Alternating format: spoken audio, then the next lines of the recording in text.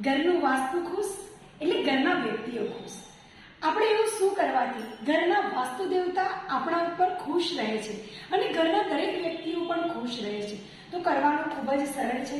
આપણે ઘરની અંદર વીકમાં એકવાર ઘરના બ્રહ્મસ્થાનની અંદર આપણે એક કોળિયાની અંદર મીઠું લેવાનું છે. મીઠાની ઉપર થોડી સરસવ મૂકવાની છે, એની ઉપર થોડું કપૂર મૂકવાનું છે, લોબાન મૂકવાનું છે અને કેસરના 4-5 તાંતણા મૂકવાના છે.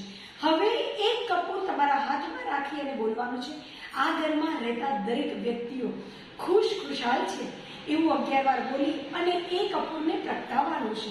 હવે જે દરેક વસ્તુઓ છે અધૂરી સળગશે, અધૂરી રહી જશે. હવે એ બધી જ વસ્તુઓને તમારે ગટરની અંદર ફ્લશ કરી દેવાનું છે. એ સિવાય ગુરુવારના દિવસે ઘરના દરેક ખૂણાની અંદર તમારે સરસવ કોળિયાની અંદર થોડી થોડી મૂકવાની છે અને શુક્રવારના દિવસે એ સરસવને તમારે ઘરની બહાર જઈ અને કપૂર મૂકી સળગાવી દેવાનું છે, જેનાથી ઘરના વાસ્તુ ખુશ થાય છે અને ઘરના વ્યક્તિ પણ ખુશખુશાલ રહે છે.